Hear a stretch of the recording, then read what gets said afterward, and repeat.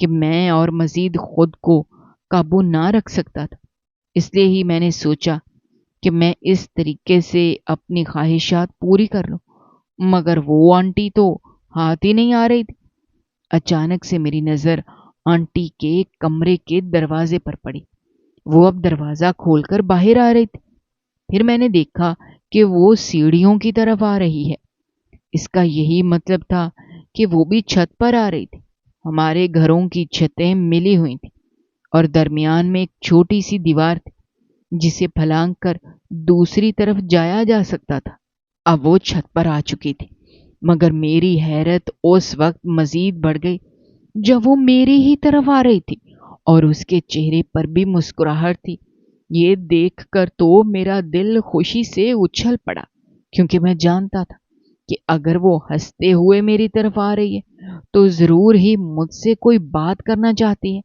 محسن، مجھے تم سے ایک چھوٹا سا کام ہے، کیا تم میرا کام کر دو گے؟ وہ مسکراتے چہرے کے ساتھ میرا نام لے رہی تھی، کیونکہ آج سے 2-4 دن پہلے جب میں اس کے گھر بریانی دینے گیا تھا تو اس نے میرا نام پوچھا تھا۔ جی جی ضرور، آپ کہیں، کیا بات ہے؟ میں دانت نکالتے ہوئے کہنے لگا۔ محسن، دراصل بات یہ ہے کہ مجھے بازار سے سودا سلف منگوانا ہے۔ وہ اب مجھ سے کام کروانا چاہتی تھی اور میں جو اس سے بات کرنے کے لیے مرا جا رہا تھا، اس کی بات سن کر میری خوشی کا کوئی ٹھکانہ ہی نہ رہا، کیونکہ میں جانتا تھا اب اس کے گھر میں آنا جانا لگا رہے گا۔ آپ بتائیں کیا لانا ہے، میں ابھی جا کر سب لا دیتا ہوں، میں نے مسکراتے ہوئے جواب دیا۔ تو میری بات پر وہ بھی مسکرا دی اور اپنے دوپٹے کے پلو سے 5,000 کھول کے مجھے دے دیے۔ پیسوں کے ساتھ ساتھ ایک پرچی بھی تھی جس میں کچھ چیزیں لکھی ہوئی تھی۔ میں نے اس کے ہاتھ سے پیسے اور پرچی لے لی، مگر میرا دل وہاں سے جانے کو نہ کر رہا تھا، کیونکہ میں تو صرف اور صرف اس سے بات کرنا چاہتا تھا۔ مگر میں جانتا تھا کہ جب تک میں اس کا کام نہ کر دوں گا تب تک وہ بھی میرے ساتھ فری نہ ہوگی۔ اب بس مجھے آدھے گھنٹے کا وقت دیجیے، میں ابھی جا کر سب سامان لے آتا ہوں، میں نے اس کی آنکھوں میں گھورتے ہوئے کہا۔ نہیں نہیں، مجھے اتنی بھی جلدی نہیں ہے، بس تم عصر تک یہ ساری چیزیں لا دینا۔ میری بات پر وہ مسکراتی ہوئی کہنے لگی۔ یہ بات سن کر تو میں بھی خاموش ہو گیا، کیونکہ مجھے اس سے بات کرنے کا مزید موقع مل گیا تھا۔ ابھی ہمارے درمیان بس 1-2 بات ہی ہوئی تھی اور وہ برتن دھونے کا کہہ کر وہاں سے چلی گئی۔ وہ تو جا چکی تھی، مگر میں ابھی تک اسی چھوٹی دیوار کو پکڑے کھڑا تھا، کیونکہ میرا دل وہاں سے جانے کو نہ کر رہا تھا۔ میں جو پہلے اس کا دیدار کرنے کے لیے مرا جا رہا تھا، اب تو بات کر کے کسی اور کام کے قابل ہی نہ رہا تھا۔ کتنی دیر میں وہیں پر کھڑا اس کے خالی صحن کو گھورتا رہا۔ پھر میں بھی نیچے اتر آیا، کیونکہ میں بھی کھڑا کھڑا تھک چکا تھا۔ میں اپنے کمرے میں بیٹھا یہی سوچ رہا تھا کہ اب میں کیسے مزید اس کے قریب جا سکتا ہوں۔ ویسے بھی مجھے سودا صرف دینے کو تو جانا ہی تھا، لیکن میں نے ابھی تک یہ نہ سوچا تھا کہ میں کس طریقے سے بات کو آگے بڑھاؤں گا، کیونکہ یہ سب مجھے ہی کرنا تھا۔ میں پلنگ کے ساتھ ٹیک لگائے آنکھیں موندے ہوئے لیٹا تھا، حالانکہ میری آنکھیں بند تھیں اور وہ میرے سامنے بھی موجود نہ تھی، مگر پھر بھی میری آنکھوں میں اس کا عکس باقی رہ گیا تھا۔ مجھے ایسا لگ رہا تھا کہ وہ بالکل میری آنکھوں کے سامنے کھڑی ہے۔ میرا دل بری طرح سے تڑپ رہا تھا۔ میں اب مزید انتظار نہیں کرنا چاہتا تھا۔ وہ وہاں پر موجود نہ ہونے کے باوجود بھی میری آنکھوں سے اوجھل نہیں ہو رہی تھی۔ میرا دل اتنے زوروں سے دھڑک رہا تھا کہ ابھی سینے سے باہر نکل آئے گا۔ مجھے ایسا محسوس ہو رہا تھا کہ اب میری منزل قریب ہی ہے۔ اس کا دلکش چہرہ بار بار میری آنکھوں کے سامنے آ رہا تھا۔ وہ بھاری بھرکم جسامت کی عورت تھی، مگر پھر بھی وہ مجھے کسی 20 سالہ لڑکی کی طرح جوان لگتی تھی۔ کچھ دیر تو میں وہیں پر لیٹے تصور میں اس کا دیدار کرتا رہا۔ پھر نیند کی دیوی مجھ پر مہربان ہوئی اور میں نیند کی وادیوں میں کھو گیا۔ جب میری آنکھ کھلی تو میں نے جلدی سے موبائل پر وقت دیکھا تو 3 بج چکے تھے۔ میں بہت زیادہ دیر ہی سوتا رہا تھا۔ پھر میں جلدی سے اٹھ کر باہر نکل آیا، کیونکہ ہمارے گھر میں ایک ہی باتھ روم تھا اور وہ بھی صحن میں تھا۔ تھوڑی دیر میں نہا کر اپنے کمرے میں آیا، اچھے سے تیار ہوا اور بائک نکال کر گھر سے باہر نکل گیا۔ حالانکہ ابھی صرف 4 ہی تو ہوئے تھے، مگر میں جلد سے جلد اپنا کام مکمل کرنا چاہتا تھا۔ جب میں بازار سے چیزیں لے کر اس کے گھر پہنچا تو اس وقت عصر کی اذانیں ہو رہی تھیں۔ میں نے دروازے پر دستک دی تو کسی نے دروازہ نہ کھولا۔ میں تقریباً 5 منٹ سے وہیں پر کھڑا دستک دے رہا تھا، مگر ابھی تک دروازہ نہ کھلا تھا۔ اب میں مایوس ہو کر واپس ہی لوٹنے والا تھا، کیونکہ میں نے سوچا کہ چھت سے ہی جا کر آواز لگا دوں گا، مگر اچانک سے دروازہ کھلا اور وہ اپنی دلکش مسکراہٹ کے ساتھ مجھے دیکھنے لگی۔ میں نے بھی ایک مسکراہٹ اس کی طرف اچھال دی۔ اسے دیکھ کر تو میرا دل باغ باغ ہو گیا تھا۔ وہ لال کلر کی شلوار قمیض میں ملبوس، دوپٹہ گلے میں لپیٹے ہوئے تھے۔ اس کا دیدار کر کے تو میں آپے سے ہی باہر ہو گیا۔ مجھے ایسا لگ رہا تھا میں ابھی اس کا ہاتھ تھام لوں گا، مگر بڑی مشکل سے میں نے خود پر کنٹرول کیا، کیونکہ میں باہر گلی میں کھڑا تھا اور ویسے بھی ہمارے درمیان ابھی اتنی بے تکلفی نہ ہوئی تھی کہ میں ایسی حرکت کروں۔ مجھے تحمل کے ساتھ یہ سارے مراحل طے کرنے تھے، اور میں جانتا تھا کہ اس کے بعد مجھے میری منزل حاصل کرنے سے کوئی نہیں روک سکتا، کیونکہ وہ بھی اسی مسکراہٹ کے ساتھ میری طرف دیکھتی تھی جس مسکراہٹ کے ساتھ میں اس کا دیدار کرتا تھا۔ میں نے سامان کا تھیلا اس کو تھما دیا۔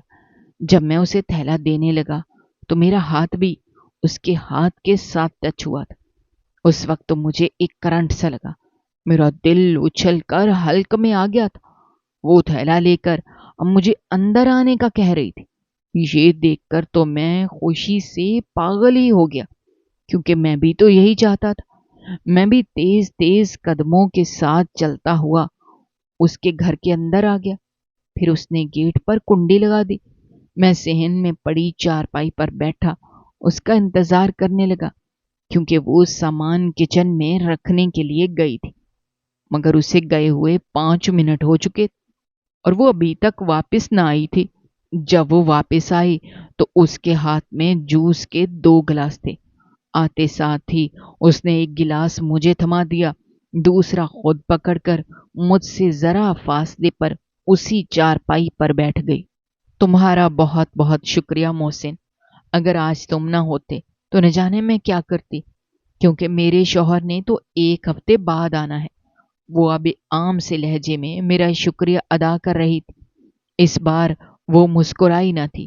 میں اچھی طرح سے جانتا تھا کہ اس کا شوہر قریبی شہر میں کلرک کی نوکری کرتا ہے، اور وہ ہر ہفتے میں 1 دن ہی گھر آتا تھا، اور تب تک وہ پورا ہفتہ گھر میں اکیلی ہی ہوتی تھی۔ اس کی کوئی اولاد بھی نہ تھی۔ ارے آپ کیوں مجھے شرمندہ کر رہی ہیں؟ ایسی کوئی بات نہیں۔ آپ ہماری ہمسائی ہیں، اور ہمسایوں کا تو ایک دوسرے پر حق ہوتا ہے۔ میں پھر سے دانت نکالتے ہوئے کہنے لگا تھا، کیونکہ چاہتے ہوئے بھی میرے دانت اندر نہیں جا رہے تھے۔ میری بات پر وہ بھی مسکرا دی اور جوس پینے لگی۔ میں بھی جوس کا گلاس گٹا گٹ پی گیا، کیونکہ اس کا حسن دیکھ کر تو مجھے پیاس لگ گئی تھی۔ اس کے لمبے ناخن جیسے بال کمر پر لہرا رہے تھے، اور وہ ابھی تک آدھے گیلے تھے۔ اس سے یہی معلوم ہو رہا تھا کہ وہ کچھ دیر پہلے ہی نہائی ہے۔ باتوں باتوں میں ہم بہت ہی آگے نکل گئے۔ اس نے مجھے اپنے بارے میں سب کچھ بتایا کہ کیسے اس کے شوہر کے ساتھ اس کی شادی ہوئی۔ یہاں آنے سے پہلے وہ ملتان میں رہتے تھے، مگر جب اس کے شوہر کا ٹرانسفر یہاں ہوا تو وہ بھی اپنے شوہر کے ساتھ یہیں پر آ گئی، مگر اب بھی وہ اپنے شوہر کے ساتھ نہیں رہ پا رہی تھی، کیونکہ ہمارے قریبی شہر میں ہی اس کے شوہر کا تبادلہ ہوا تھا، مگر وہاں انہیں کوئی گھر کرائے پر نہیں مل رہا تھا، اسی لیے وہ یہاں رہ رہی تھی۔ میں نے بھی اسے اپنے بارے میں سب کچھ بتا دیا۔ کہ ہم 3 بہن بھائی ہیں اور میری ابھی تک شادی نہیں ہوئی۔ جیسے ہی میں نے اپنے غیر شادی شدہ ہونے کی تصدیق کی تو میں نے اس کے چہرے پر ایک عجیب سی خوشی دیکھی تھی۔ وہ تو اس بات پر بس ہنستی جا رہی تھی۔ مغرب کی اذانیں ہونے میں اس کے گھر سے باہر نکل آیا۔ میں اسے اللہ حافظ کہہ کر اپنے گھر آ گیا، مگر میرا دل ابھی تک وہیں لگا ہوا تھا۔ مجھے رات کا انتظار تھا، کیونکہ رات کو میں چھت پر ہی سوتا تھا۔ میں نے سوچا کہ میں رات کو بھی اس سے بات کروں گا۔ وہ بھی اکثر کھانے کے بعد چہل قدمی کے لیے چھت پر آتی تھی، کیونکہ اب ہمارے درمیان بات چیت چل نکلی تھی۔ حالانکہ ہم دبے لفظوں میں ہی ایک دوسرے سے باتیں کرتے رہتے تھے، مگر میں اس کی ساری باتوں کا مطلب سمجھ چکا تھا۔ کھانا کھانے کے بعد میں چھت پر آ گیا، حالانکہ ابھی میرے سونے کا وقت نہ ہوا تھا، کیونکہ ابھی 8 ہی بجے تھے اور میں 9 سے پہلے نہ سوتا تھا۔ مگر پھر بھی اس کا دیدار کرنے کے لیے میں چھت پر آ گیا، لیکن ہر طرف اندھیرا ہی اندھیرا تھا اور وہ مجھے کہیں بھی دکھائی نہ دے رہی۔ پھر میں چھت سے مایوس ہی لوٹ آیا۔ میں اب صحن میں ادھر سے ادھر چکر کاٹ رہا تھا۔ بھیا اپنے کمرے میں بیٹھے پڑھائی کر رہے تھے، اماں ابا تو سو چکے تھے۔ میری بڑی بہن کی آج سے 2 سال پہلے شادی ہو گئی تھی، اسی لیے اب ہم 4 لوگ ہی اس گھر میں رہتے تھے۔ مجھے نیچے بھی سکون نہیں مل رہا تھا، اس لیے میں پھر سے اوپر آ گیا، مگر اس بار میں نے اس کے گھر کی طرف جھانک کر نہیں دیکھا، کیونکہ ابھی تک ہر طرف اندھیرا تھا، کیونکہ صحن کی لائٹ نہیں جل رہی تھی۔ میں چپ چاپ آ کر اپنے بستر پر لیٹ گیا، مگر مجھے نیند نہ آ رہی تھی۔ میرا ذہن بار بار اس کی باتوں میں الجھ جاتا تھا۔ اس کی ایک ایک بات میرے کانوں میں رس گھول رہی تھی۔ مجھے ایسا لگ رہا تھا کہ وہ اب بھی میرے سامنے بیٹھی باتیں کر رہی ہے۔ اچانک سے میں نے دیکھا کہ ان کے گھر کی لائٹ جلنے لگی تھی۔ میں جلدی سے بستر سے اتر کر اس چھوٹی دیوار کی طرف آ گیا۔ میں نے دیکھا کہ وہ صحن میں چہل قدمی کر رہی تھی۔ میرا موڈ خراب ہو گیا، کیونکہ وہ آج چھت پر چہل قدمی کے لیے نہیں آئی تھی، مگر اس کا حسین چہرہ دیکھتے ہی موڈ بھی خود بخود اچھا ہو گیا۔ اس کے ہاتھ میں موبائل بھی تھا، شاید اس نے موبائل پر کوئی گانا لگا رکھا تھا۔ یہ منظر دیکھ کر میری آنکھیں ٹھنڈی ہو گئی۔ حالانکہ مجھے وہ گانا سنائی نہیں دے رہا تھا، مگر میں اچھی طرح سے جانتا تھا کہ ضرور ہی وہ میوزک سن رہی ہے، کیونکہ تنہائی انسان کو یہ سب کرنے پر مجبور کر ہی دیتی ہے۔ اس نے بھی ابھی تک مجھے نہ دیکھا تھا، حالانکہ میں روشنی میں کھڑا تھا، کیونکہ ہماری چھت کی لائٹ جل رہی تھی اور میں بالکل بلب کے نیچے ہی کھڑا تھا۔ اچانک سے وہ پیچھے مڑی اور ہماری چھت کی طرف دیکھنے لگی۔ جیسے ہی اس کی نظر مجھ پر پڑی تو وہ مسکراتے ہوئے ہاتھ ہلانے لگی۔ میں نے بھی وہیں سے ہاتھ ہلا دیا۔ ہم ایک دوسرے کو بہت دور کھڑے تھے، اس لیے بات تو نہیں کر پائے، مگر میں اس کا دیدار کر کے سکون پا چکا تھا۔ پھر وہ کمرے کے اندر چلی گئی، میں بھی اپنے بستر پر آ کر لیٹ گیا۔ نیند مجھے اب بھی نہیں آ رہی تھی۔ میرا دل چاہ رہا تھا کہ میں وہ چھوٹی دیوار پھلانگ کر اس کے گھر چلا جاؤں، مگر ابھی ہمارے درمیان اتنی بے تکلفی بھی نہیں ہوئی تھی کہ میں اس کے گھر جا سکتا، مگر میں یہ نہیں جانتا تھا کہ وہ یہی چاہتی ہے کہ میں اس کے گھر آؤں۔ مجھ میں بھی اتنی ہمت نہیں تھی، اور نہ ہی مجھے اس وقت اس کی نیت معلوم تھی۔ اس کی نیت تو مجھے 2 روز بعد معلوم ہوئی۔ میں اپنے کمرے میں بیٹھا موبائل استعمال کر رہا تھا کہ میرے موبائل پر اس کی کال آنے لگی، کیونکہ اب ہم ایک دوسرے کا نمبر بھی لے چکے تھے۔ حالانکہ ہم کھلے انداز میں ایک دوسرے سے بات نہ کرتے تھے، وہ ہمیشہ لیے دیے انداز میں ہی رہتی تھی، مگر اس نے مجھے اس لیے اپنا نمبر دیا تھا کہ اگر کوئی کام ہوگا تو وہ مجھے بلا لے گی۔ میں نے جلدی سے کال اٹینڈ کی اور فون کان سے لگایا تو وہ کہنے لگی کہ محسن، میرے گھر آ جاؤ، مجھے بہت ضروری بات کرنی ہے۔ مغرب کا وقت تھا اور وہ مجھے اپنے گھر بلا رہی تھی۔ یہ میرے لیے ایک بہت بڑی خوشی کی بات تھی۔ میں نے اس سے کہہ دیا کہ میں 10 منٹ کے اندر ہی اس کے گھر پہنچ رہا ہوں۔ اسی وقت ہی میں گھر سے باہر نکل گیا، مگر اس کا گھر اگلی گلی میں تھا، کیونکہ صرف ہماری چھتیں ہی جڑی ہوئی تھیں۔ اس کے گھر کا گیٹ دوسری گلی میں تھا۔ اس کے گھر تک پہنچتے پہنچتے مجھے 5 منٹ تو لگ ہی گئے تھے۔ اس سے پہلے کہ میں دروازہ بجاتا، وہ پہلے ہی دروازہ کھولے کھڑی تھی، کیونکہ وہ جانتی تھی کہ میں آنے والا ہوں۔ میں اسی وقت اس کے گھر میں آ گیا۔ اس نے دروازہ بند کر دیا۔ اس بار اس نے مجھے صحن میں نہ بٹھایا، بلکہ اپنے کمرے میں ہی لے آئی تھی۔ مجھے عجیب سی جھجک محسوس ہو رہی تھی، حالانکہ میں خود بھی یہی چاہتا تھا، مگر کمرے میں بیٹھنا مجھے کچھ عجیب سا لگ رہا تھا۔ وہ کمرے سے نکل گئی تھی اور میں یہی سوچ رہا تھا کہ آخر اس نے مجھے کس کام کے لیے بلایا ہے۔ تھوڑی دیر بعد جب وہ آئی تو اس کے ہاتھ میں چائے کے 2 کپ تھے۔ جب اس نے چائے کا کپ میری طرف بڑھایا تو میں نے ہاتھ کے اشارے سے منع کر دیا، کیونکہ میں اس وقت چائے نہیں پیتا تھا۔ میرے منع کرنے کے باوجود بھی وہ مجھے زبردستی چائے کا کپ تھما کر میرے پاس پڑی کرسی پر بیٹھ گئی۔ مجھے اس وقت چائے پینے کی عادت ہی نہیں تھی، کیونکہ اگر میں اس وقت چائے پیتا تو پھر مجھے رات کو نیند ہی نہیں آتی تھی، کیونکہ میں یہ نہیں جانتا تھا کہ وہ بھی یہی چاہتی تھی کہ مجھے نیند نہ آئے۔ اس سے پہلے کہ میں اس سے کچھ پوچھتا، وہ خود ہی کہنے لگی کہ اسے گھر میں بہت ڈر لگ رہا ہے، حالانکہ وہ پہلے بھی اکیلی ہی رہتی تھی۔ اس کا شوہر تو ہفتے میں ایک ہی بار آتا تھا، مگر آج وہ کہہ رہی تھی کہ اسے اکیلے میں ڈر لگ رہا ہے۔ اس کی بات میں فٹ سے سمجھ گیا۔ وہ خود ہی میرے ساتھ نزدیکیاں بڑھانا چاہتی تھی۔ محسن، اگر تمہیں کوئی اعتراض نہ ہو تو آج رات میرے گھر پر ہی رک جاؤ، مجھے بہت ڈر لگ رہا ہے۔ مجھے ایسا لگ رہا ہے کوئی مجھے مار دے گا، وہ گھبراہٹ کے ساتھ بول رہی تھی۔ اس کی بات سن کر تو میرے دل میں لڈو پھوٹنے لگے۔ میں بھی تو اس کے قریب رہنا چاہتا تھا، مگر میں یہ نہیں جانتا تھا کہ ہمارے درمیان نزدیکیاں اتنی جلدی بڑھ جائیں گی۔ اس نے مجھ سے کہا، میں ویسے بھی تو اپنی چھت پر ہی سوتا ہوں، تو کیوں نہ اس کے گھر میں آ کر سو جایا کروں۔ میں نے بھی فوراً سے حامی بھر لی، مگر میں نے اسے کہا کہ اس وقت میں گھر چلا جاتا ہوں، تھوڑی دیر کے بعد ہی آؤں گا۔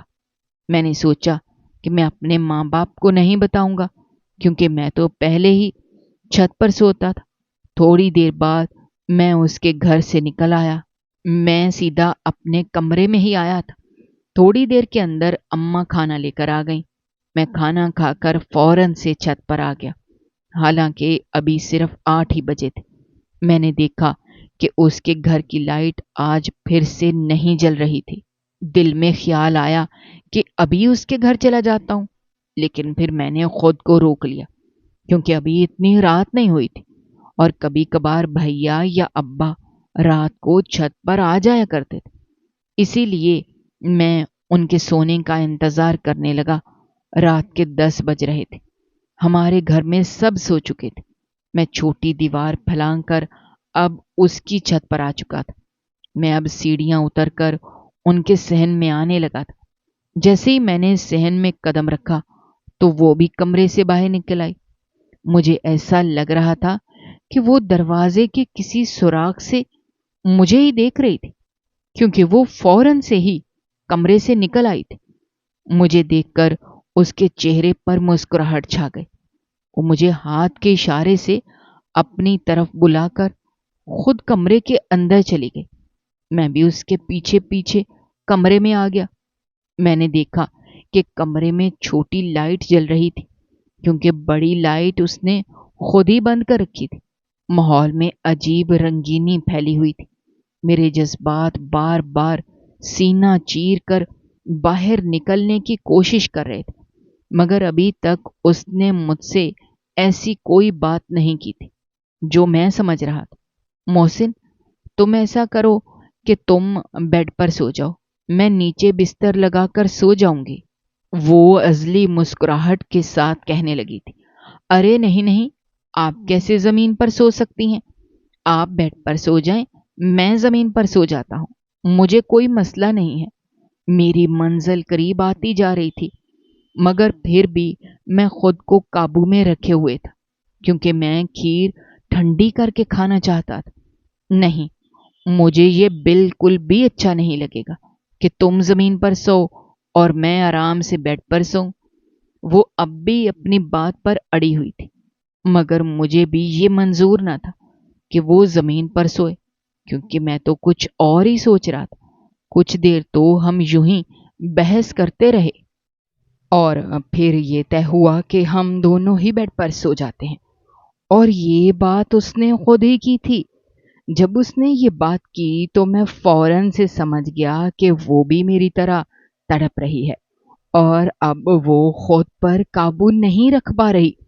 اب ہم دونوں بیڈ پر لیٹے ہوئے تھے، مگر ہمارے درمیان بہت سا فاصلہ تھا۔ میرا دل بری طرح سے مچل رہا تھا۔ اچانک سے میں اس کے قریب ہوا اور اس کا ہاتھ تھام لیا۔ پہلے اس نے عجیب نظروں سے مجھے دیکھا، پھر اپنا ہاتھ چھڑوا لیا، مگر یہ دیکھ کر تو میں حیران ہی رہ گیا، کیونکہ اس نے صرف ہاتھ چھڑوایا تھا، مجھ پر غصہ بالکل بھی نہیں کیا تھا۔ اس کے اس عمل نے مجھے اور بھی حوصلہ دیا، اور میں مزید اس کے قریب ہو گیا۔ میں اب خود پر مزید ضبط نہیں رکھ سکتا تھا، اس لیے ہی اس کے قریب سے قریب تر ہوتا جا رہا تھا۔ اب ہم بالکل ہی ایک دوسرے کے ساتھ لیٹے ہوئے تھے، مگر اب بھی 1-2 انچ کا فاصلہ ہمارے درمیان حائل تھا۔ اچانک سے وہ بستر پر اٹھ بیٹھی۔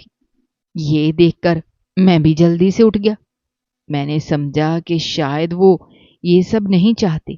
میں نے اس کا ہاتھ مضبوطی سے تھاما تو اس نے کچھ نہ کہا۔ جب پھل خود آپ کی گود میں آ کر گرے تو کوئی پاگل ہی ہوگا جو اسے نہ کھائے۔ اس بار اس نے کوئی مزاحمت نہ کی اور اپنا آپ مجھے سونپ دیا۔ صبح سویرے ہی میں اس کے گھر سے نکل آیا تھا، کیونکہ مجھے جلد سے جلد چھت پر پڑے بستر پر سونا تھا، کیونکہ میں جانتا تھا کہ کسی بھی وقت میرے گھر سے کوئی چھت پر آ سکتا ہے۔ جب میں چھت پر پہنچا تو میں نے خدا کا شکر ادا کیا، ابھی وہاں پر کوئی بھی نہیں آیا تھا۔ میں وہیں پر لیٹ گیا، کیونکہ ابھی تو صبح کی اذانیں ہی ہو رہی تھیں۔ پھر یہ سب یوں ہی چلتا رہا۔ مجھے اس کے گھر جاتے ہوئے 3 دن ہو چکے تھے۔ مجھ پر الگ ہی خمار طاری تھا۔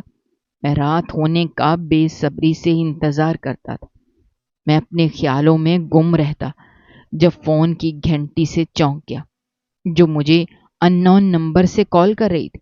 حیرت تو مجھے تب ہوئی جب پڑوسن آنٹی کی آواز سنی، مگر اس بار اس کی باتیں اور لہجہ پہلے جیسی نہیں تھی۔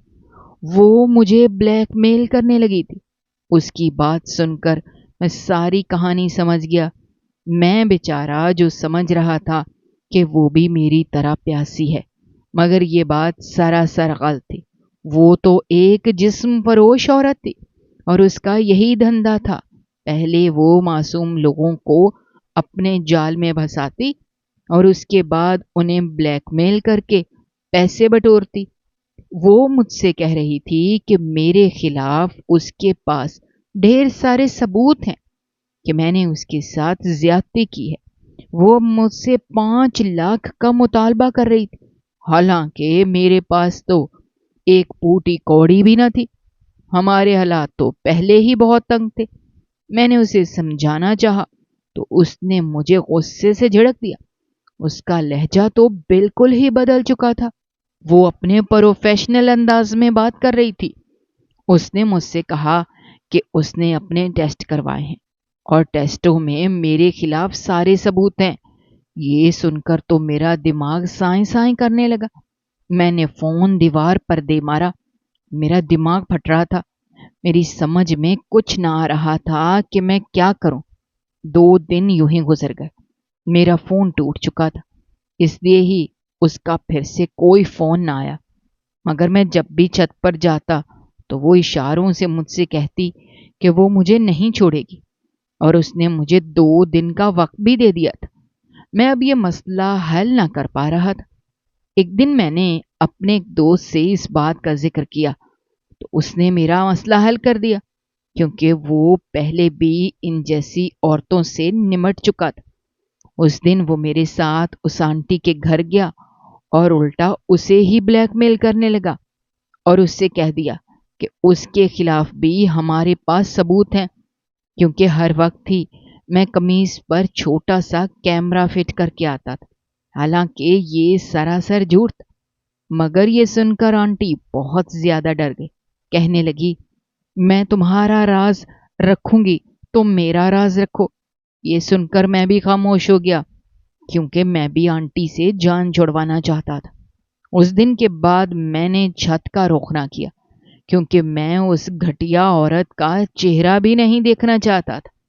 میں آج بھی اس وقت کو کوستا ہوں جب اس نے مجھے سودا سلف لینے کے لیے اپنے گھر بلایا تھا، کیونکہ اس سے ہی بات آگے بڑھی تھی۔ مگر مجھے تو اس وقت کچھ سمجھ ہی نہ آئی کہ وہ میرے ساتھ کیا کھیل کھیل رہی ہے۔ بعد میں مجھے پتا چلا کہ وہ مرد جو اس کے پاس ہفتے میں ایک بار آتا تھا، وہ اس کا شوہر نہیں بلکہ وہ بھی اس کا ایک گاہک ہی تھا۔ مگر اسے ہمارے محلے میں کرائے پر مکان نہ مل رہا تھا، کیونکہ ہمارے محلے میں ایک عورت کو کرائے پر مکان نہیں دیا جاتا۔ اس لیے ہی اس عورت نے اس شخص کو اپنا شوہر بتایا۔ ایک دو ہفتے بعد وہ ہمارا محلہ چھوڑ کر چلی گئی، مگر اب بھی وہ میرے ذہن سے نہیں نکلی۔ اس نے تو میری ساری زندگی ہی برباد کر کے رکھ دی تھی۔ اب مجھے رہ رہ کر خود پر افسوس ہوتا ہے کہ میں کس چکر میں پڑ گیا تھا۔ یہ سراسر ایک گناہ کا کام تھا، حالانکہ میں اس سے توبہ بھی کر چکا ہوں، مگر میرے دل کا بوجھ اب بھی کم نہیں ہوا تھا۔ گناہ میں لذت تو بہت ہوتی ہے، مگر وہ ذلت کا باعث بنتا ہے۔ اپنی جوانی کے جوش میں آ کر میں نے گناہ کیا تھا۔ اگر میں اس دن اس کا کام کرنے کے لیے نہ جاتا تو شاید میں اس چنگل میں نہ پھنستا۔ میری یہی دعا ہے کہ کوئی دشمن بھی میری طرح اس جیسی گھٹیا عورتوں کے چنگل میں نہ پھنسے، اور خدا ہم سب کو ہی پاک اور صاف دل عطا کرے تاکہ ہم خود ہی اس گھناؤنے کام میں نہ پڑے۔ دوستو، ہماری آج کی یہ کہانی آپ کو کیسی لگی؟ کمنٹ باکس میں اپنی رائے کا اظہار کرنا مت بھولیے گا، اور اگر آپ ہمارے چینل پر نئے ہیں تو چینل کو سبسکرائب کرنا بھی مت بھولیے گا۔ شکریہ۔ اللہ حافظ۔